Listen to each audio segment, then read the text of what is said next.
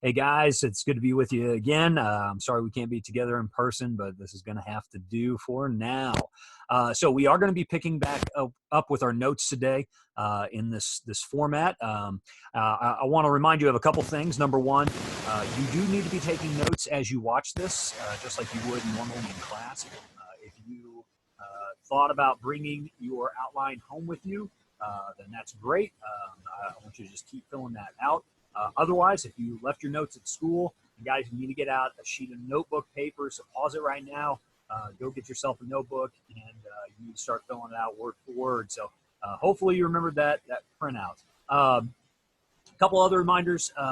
You will be responsible for these notes. Not only we'll have a test at the end of this. It might look a little bit different, but you will need to be studying just like you would for a normal exam. But also, I will be doing note checks from time to time, to where I will have you guys actually send me pictures of your handwritten notes, and the notes do need to be handwritten. Okay, so please make sure that you're not typing those out. That's not an option. I just had too many people cheating whenever I've allowed that before. But you do need to do it yourself. Please make sure that you communicate. That's the other big thing, guys. Please make sure you're communicating any and all questions you may have as I am lecturing here to you. Jot down questions in the column of your notebook paper.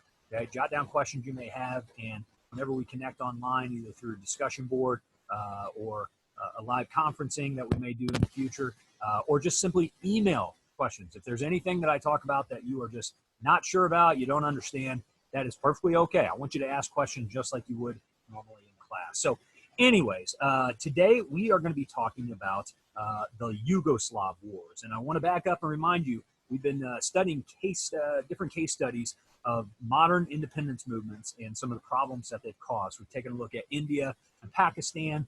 We've taken a look at what occurred in Rwanda after they gained independence and the genocide that happened there. Sadly, we're going to be talking about another genocide that took place in Yugoslavia.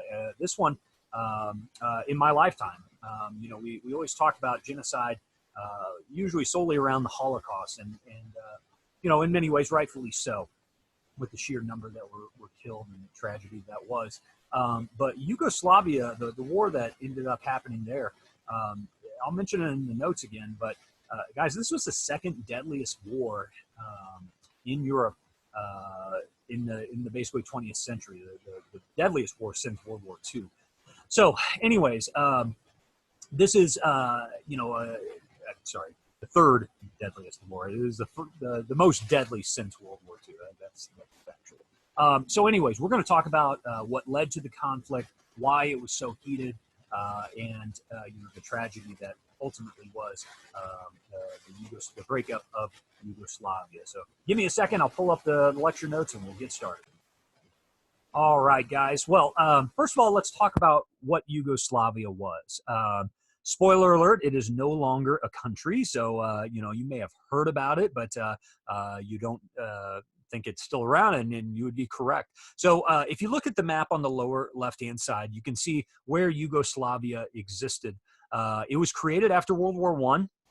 And I'll remind you that during World War I, or the Treaty of Versailles that followed that, there were a lot of new nations created, Poland and a lot of Eastern European nations that were created. Yugoslavia was one of those nations, and it combined an area that traditionally had been a lot of various ethnic groups.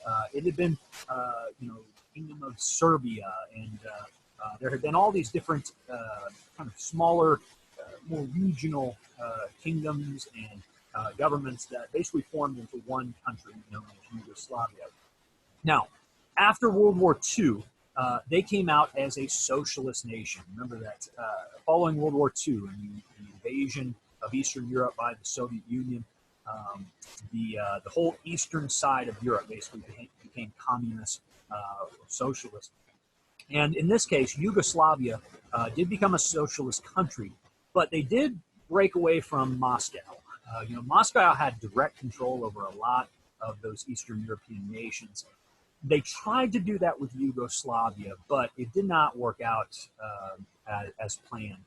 There was a strong leader in Yugoslavia, a man by the name of Joseph Tito, And Tito would rule Yugoslavia with an iron fist for decades, using his own brand of socialism instead of direction from Moscow.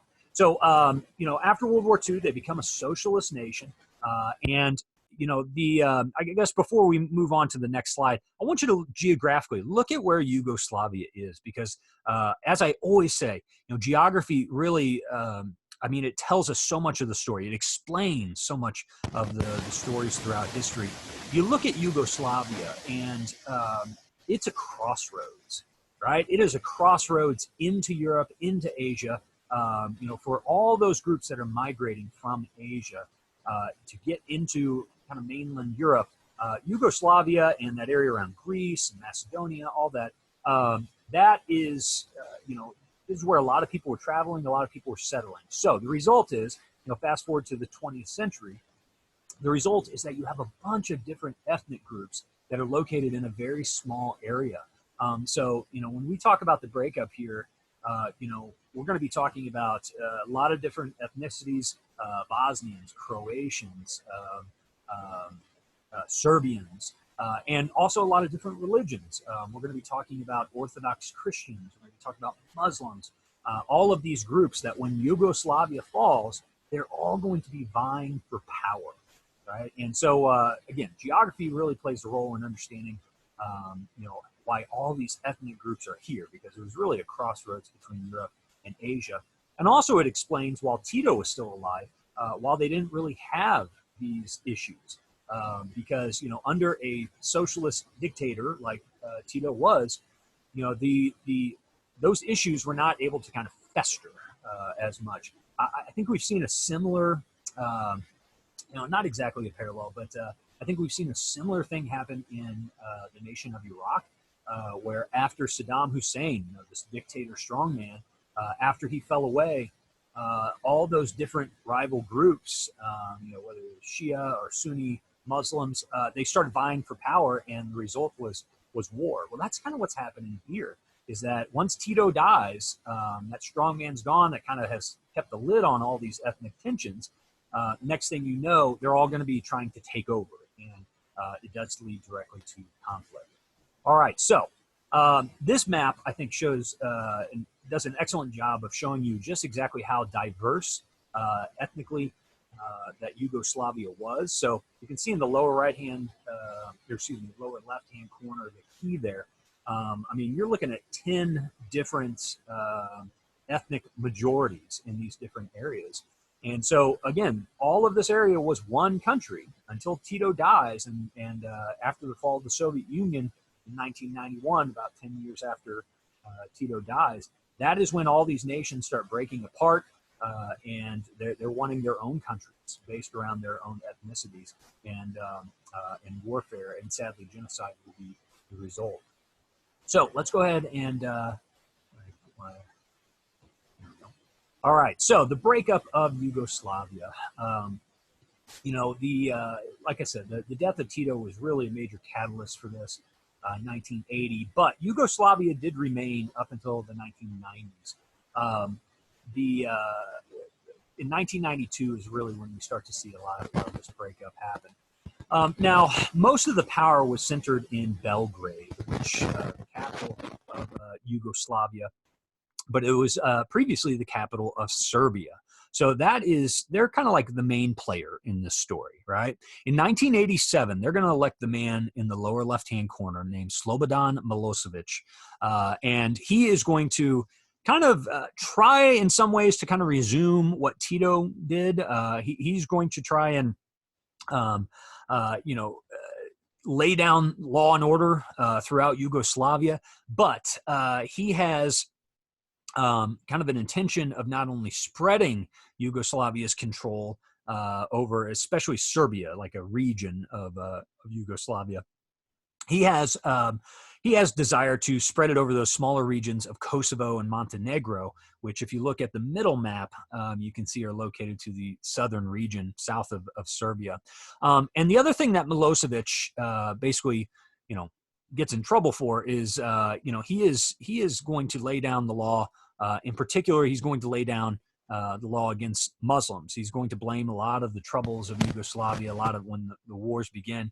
He's going to blame the Muslim population, especially of Bosnia, and that's where we start to get into the genocide of this. So this is what's kind of the map that's going on. So 1992, we're seeing the strongman in Milosevic come up, and he is going to be kind of the centerpiece of this entire story. All right, so the Yugoslav wars. Sadly, this is a series of wars, and the independence movements of each of these ethnic groups trying to break off is what will lead to ultimately these war crimes of genocide. And also we're going to talk about, sadly, rape was used as a tool of war. And, you know, we saw that a little bit with the Rwandan genocide. You know, it becomes a policy. I mean, the Serbian government is telling these soldiers to actually rape the women to ruin bloodlines. I tell you, this is really sick stuff that we're sadly going to have to uncover here. Like I said, though, this would be Europe's deadliest conflicts in World War II. 140,000 people would die, and you know, in terms of you know, American wars, that would rank up there as one of the highest if we were comparing the wars that we've fought. But 140,000, it's in a nation of a much lower population, that's a much higher percentage. So it's a very, very, very sad series of wars that we're going to discuss here. So in 1991 is when things really started to kick off. So there was a lot of ethnic pressure. There was also this growing nationalistic pressure to where Milosevic was, you know, a proud Serbian and was trying to influence the policies of these other states within Yugoslavia, Croatia, and Bosnia, and all of that. So the first independence that is declared is by Croatia and Slovenia. I'm going to go back for the map here. So again, you can see Croatia and Slovenia are at the top of this map. So you might remember from our map quiz, you know, I said, remember, Croatia is kind of shaped like a C. That's an easy way to remember it. And Slovenia north of them as well. All right, so what we're seeing here is that Serbia is going to be trying to keep Croatia and Slovenia as a part of Yugoslavia. They do not want it to break up. So the message by Milosevic was that, listen, we have to protect the ethnic Serbs in those areas. And so basically he's going to launch an invasion. He's going to try to keep Croatia as a part of Yugoslavia. The war will last for about 4 years, and you know, really Milosevic's goal is to try and create a greater Serbia. He is Serbian, and you know, he's trying to restore what had been a fairly powerful kingdom in the past, based out of Serbia. So, you know, the message is he's aiding the ethnic Serbs that live in Croatia, but in reality, what he does is, and the Croatians were guilty of this as well. You know, they're creating fear of the other side, saying that you know, Serbians are invading, and you know, that they're coming for our women, and trying to deny you the right to be a Croatian. And so there's a lot of ethnic tension that kind of spills into conflict here. You know, one really sad part, and I've seen, you know, there's some pictures here of these bombed out cities and people walking amongst the rubble. You know, one sad thing that ends up happening in this Croatian war of independence is that civilians do become targeted in this. I mean, there are stories of, I mean, children walking to school that are being sniped by men on buildings. It was absolutely horrendous, but I mean, they're trying to. I mean, this is what modern war looks like. It's massacre. There were mass graves. You can see the picture in the lower left-hand corner there of that collage. There were mass graves that had to be formed because so many people were dying so rapidly. And you can see here over the 4 years, there was a total of 40,000 people killed and over 500,000 people displaced from their homes, meaning that their homes were bombed, destroyed, they were gone, or they were just forced to move elsewhere. So, and a lot of people die in that. If you're forced out of your home, imagine if your home blew up and all the homes around you blew up, you couldn't rely on neighbors or friends. You would have to leave. You would be homeless. You would have to be forced out by this war. And so there's a lot of refugees that are going to be coming out of this war. And it's a horrible, horrible conflict. All right. The next phase that we can look at here is the Bosnian War. And this is where we're going to get into the genocide. But the Bosnian War lasted from 1992 to 1995. And one reason it made it so horrible is because of how many different ethnic groups were here vying for power. And it became a lot easier for Serbians to target specific Bosnians based off of, well, in this case, religion. You can see a breakdown in Bosnia. 44% of Bosnians were Muslim.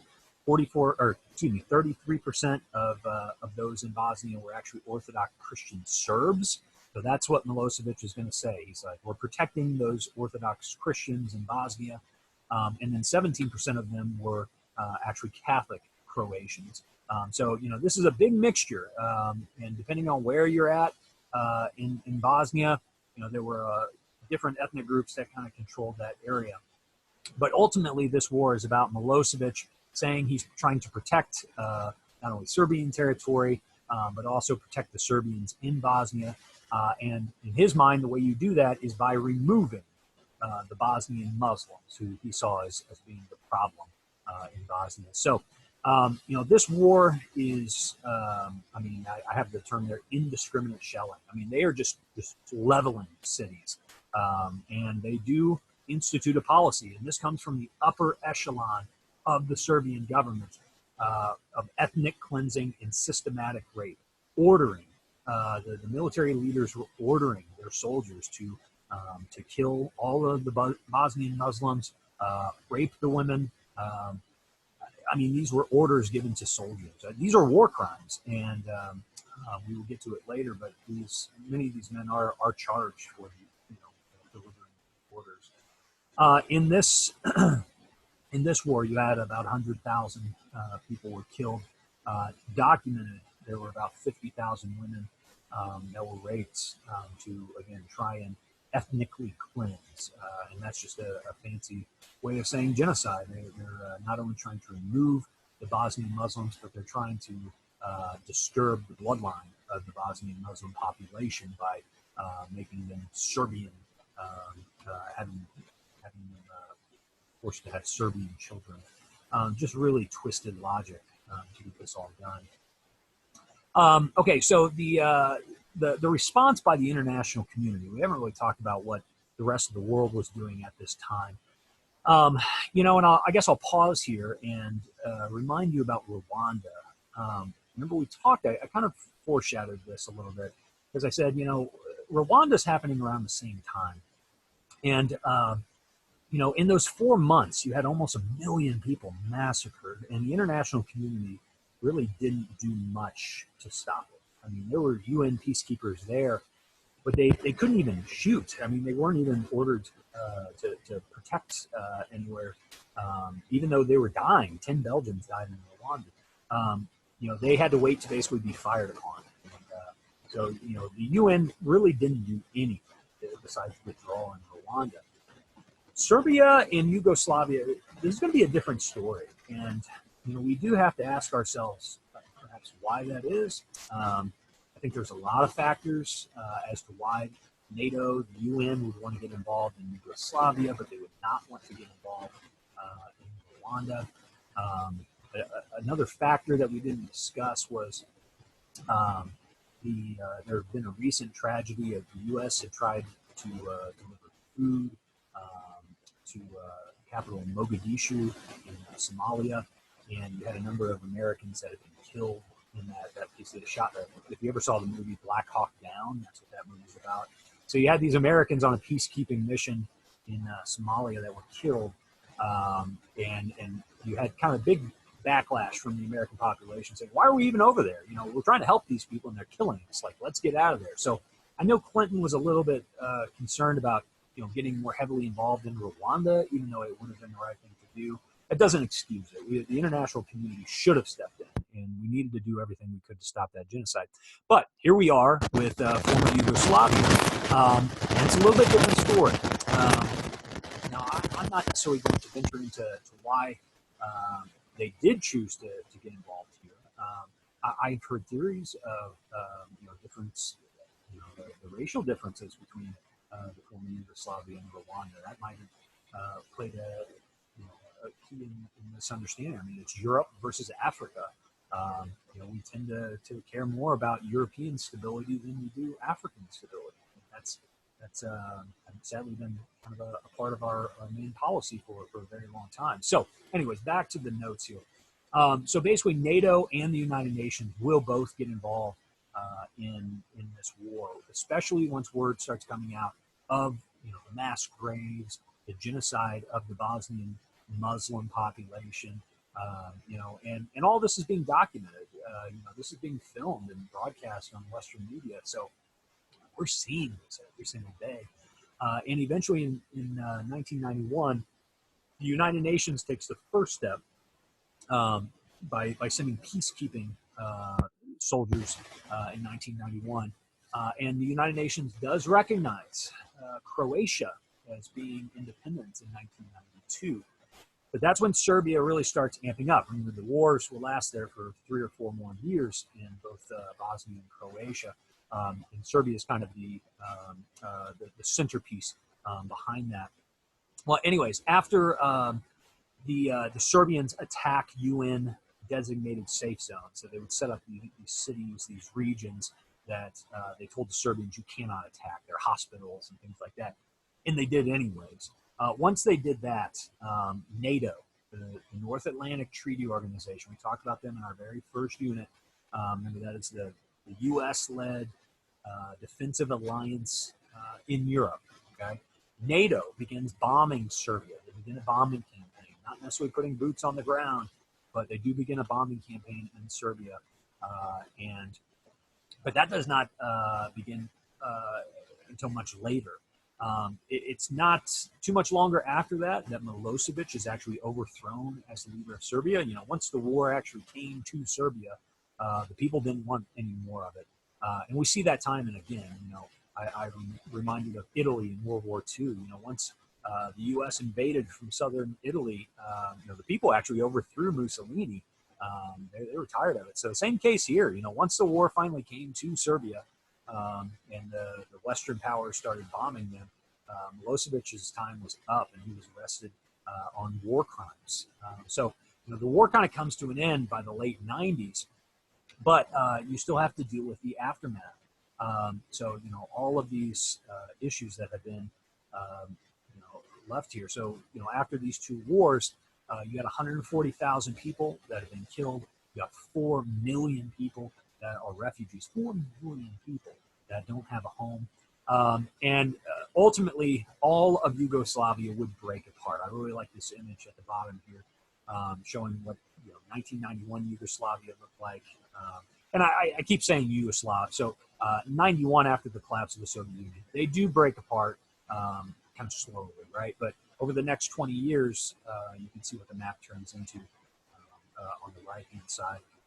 Now, 2006, just 14 years ago, was the last 2 nations declared independence of Serbia and Montenegro. Montenegro basically broke off, formed their own country.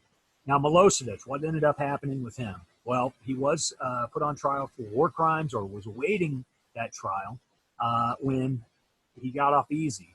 Milosevic died of, I believe, a heart attack. He died in his prison cell and did not have to face justice. Now, there were many other people involved in these tragic policy decisions, this push for genocide. And many of them were hunted down over the years. Many of them were arrested alongside Milosevic, but many of them fled and had been living in other parts of Eastern Europe. And I think last I read, 2016, the last Serbian general was arrested that they had been hunting. I mean, they had a list of these guys that they were trying to hunt down to bring them to the international court to be tried for war crimes. All told, there have been 161 people that have been arrested and indicted by the International Criminal Tribunal, have been prosecuted for war crimes. So, this is something, I think this is a good reminder that, so often in history we learn about conflicts with nice little bookends. This is when this war started, this is when this war ended, and that's it. In reality, guys, war is not that simple. And, not only do you have the literally millions of families that were ripped apart by people that were dying in this conflict. You have the women that are living with the post-traumatic stress of the horrific rape that was placed on these women.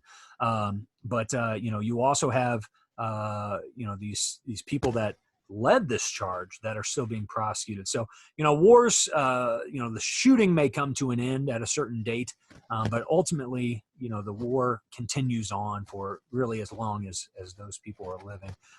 War is a tragic thing. And although sometimes it is necessary, we need to do everything in our power to make sure that we can avoid it as much as possible to keep things peaceful as long as they can remain that way. So anyways, guys, this is going to wrap it up for our lecture. So I hope you enjoyed hearing about the Yugoslav wars. And as always, please make sure that you email me if you have any questions at all. I want to make sure to get back to you on that immediately. And next time we talk, we'll kind of wrap up our case studies and we'll move on and we'll talk a little bit more about genocide as a topic of study. All right, guys, thanks for tuning in and see you later.